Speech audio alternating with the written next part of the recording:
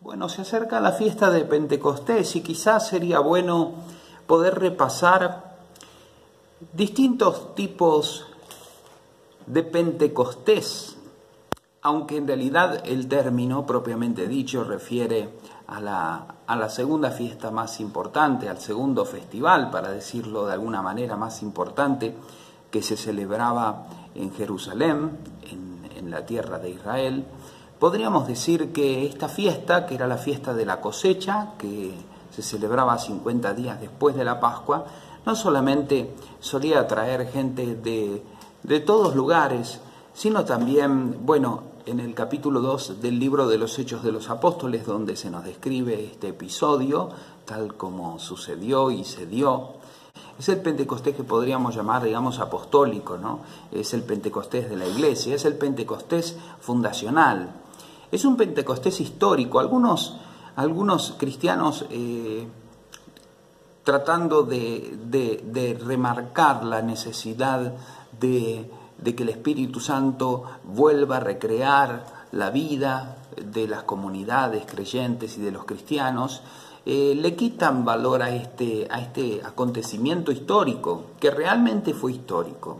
Es decir, hablaba yo de cierto ropaje simbólico con el cual Lucas trata de describirnos este episodio, cuando habla, por ejemplo, de estas lenguas como de fuego, es decir, lenguas parecidas como de fuego, es decir, como llamas similares a las lenguas, como si fueran llamas espirituales.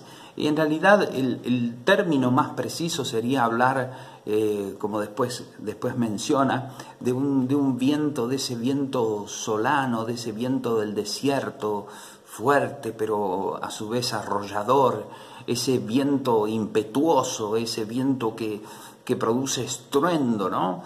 Son todos símbolos que tratan de designar de alguna manera la potencia, el poder con el cual la promesa del Padre, anunciada en Lucas, anunciada en Juan, desciende sobre los apóstoles. Jesús ya lo había predicado, ya lo había anunciado de muchas maneras, históricamente se hace presente, y los apóstoles son los primeros recipientes del Paráclito, de este Espíritu Santo que el Padre y el Hijo, según aquello de Juan 15:26, envían sobre la faz de la tierra.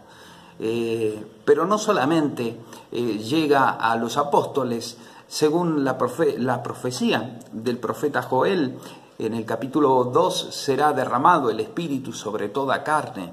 Es decir, a partir de los apóstoles el Espíritu Santo empieza de alguna manera a expandirse y a arrollar a todos los hombres y a querer llenarlos y completarlos con su gracia, con la gracia de hacerlos convertir en primicias, es decir, en primicias entregándose al Dios que los ha salvado, que los ha justificado y que quiere renovar todas sus existencias. Pero volvemos al comienzo, de un Pentecostés israelita, de esta fiesta anual. Segundo, hablábamos de este Pentecostés histórico, de este Pentecostés cristiano, de este Pentecostés fundacional de la Iglesia.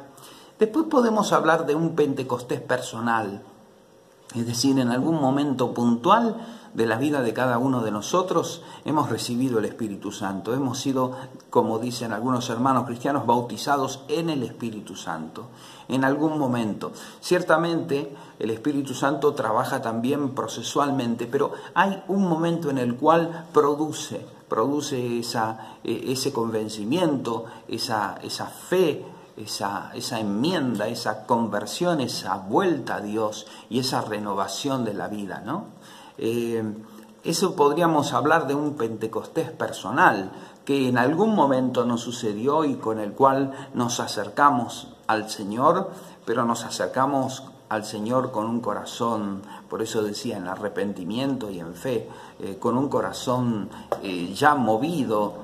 Todo es gracia, pero el Espíritu Santo ciertamente en algún momento histórico, puntual de nuestra vida, empuja nuestro corazón y lo pone de cara al sol divino, de cara a la gracia de Dios, y lo hace transformar, es decir, lo hace convertir, y lo hace no solamente ser justificado por la gracia de Dios, sino que lo encamina hacia el proceso de santificación que va a durar toda la vida. Después, bueno, tenemos nosotros el Pentecostés que podríamos llamar litúrgico, ¿no? El que todos los años vamos recordando. 50 días después de la Pascua celebramos, comenzamos con una vigilia, pidiendo con distintos cantos, salmos, himnos, que el Espíritu Santo descienda sobre nosotros, descienda sobre la Iglesia, que la renueve, que renueve la faz de la tierra, que convierta los corazones de los incrédulos, para que todo el mundo pueda creer que Jesucristo es el Señor y pueda confesarlo, creyendo en su corazón, confesándolo con su boca, alcanzar la salvación que Jesús nos vino a traer con su muerte en la cruz y con su resurrección y con su presencia. Pero decía, este Pentecostés personal que se da en la vida de cada uno es un Pentecostés continuo. No es que en algún momento uno termina de recibir el Espíritu Santo. El Espíritu Santo es el que nos mueve, es el que nos anima. El Espíritu Santo es aquel que nos va conduciendo día a día, mañana a mañana. Es aquel que nos va uniendo a nuestro Salvador, que nos va santificando, que nos va convirtiendo. Y por último, quisiera que podamos, acercándose esta nueva fecha en la cual evocamos no solamente el Pentecostés histórico, no solamente el Pentecostés de israelita, en el cual ellos no solamente celebraban la ley, sino las primicias dadas a Dios de sus vidas, también poder recordar y evocar dos Pentecostés actuales, uno personal y uno comunitario. El personal es la necesidad que tenemos de acercarnos más a Dios siempre acercarnos un poco más a Dios.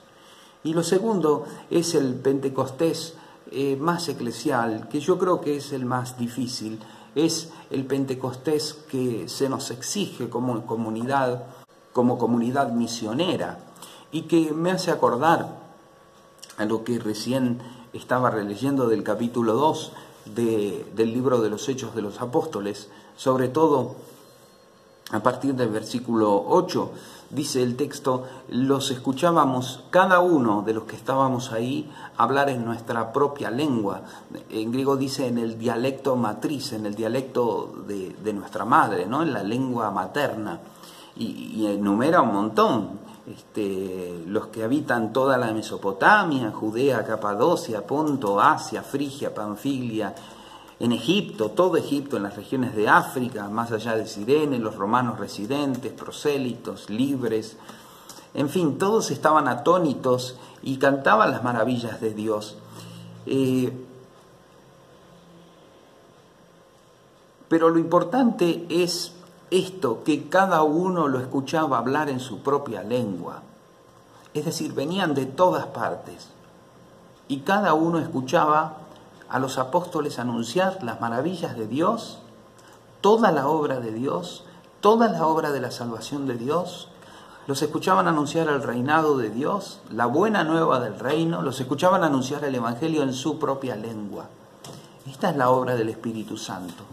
Y es obra del Espíritu Santo también darnos la capacidad a nosotros para que nosotros podamos tener la sabiduría, la prudencia, la pericia, la creatividad de poder hablar hoy un evangelio no aguado, no menguado, no disminuido, pero sí un evangelio que pueda ser entendido por todos, un evangelio que pueda llegar a todos.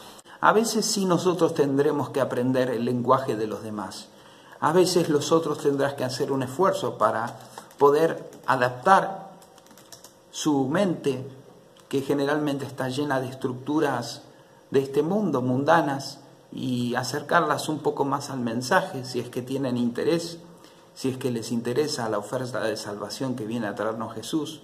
Pero nosotros sí tendremos que hacer nuestro aporte, y nosotros sí tendremos que hacer nuestra gran parte en materia de creatividad. A veces presentamos un evangelio tan intelectual, tan doctrinal, tan moral, que sinceramente no tiene nada que ver con este viento impetuoso, no digo ya de verano, sino digo de pleno sol y desierto, que arrasa con todo y que es capaz de transformar todas las vidas. Que el Señor nos conceda poder ser consecuentes con la realidad de este Pentecostés del Pentecostés de Cristo, del Pentecostés del Padre, de este Pentecostés del Espíritu Santo, donde se hace realidad aquel versículo 30 del Salmo 104, en el cual se pide al Señor que envíe el Espíritu Santo, convencidos de que si envías tu Espíritu, Señor, todas las cosas son creadas y renovarás la faz de la tierra.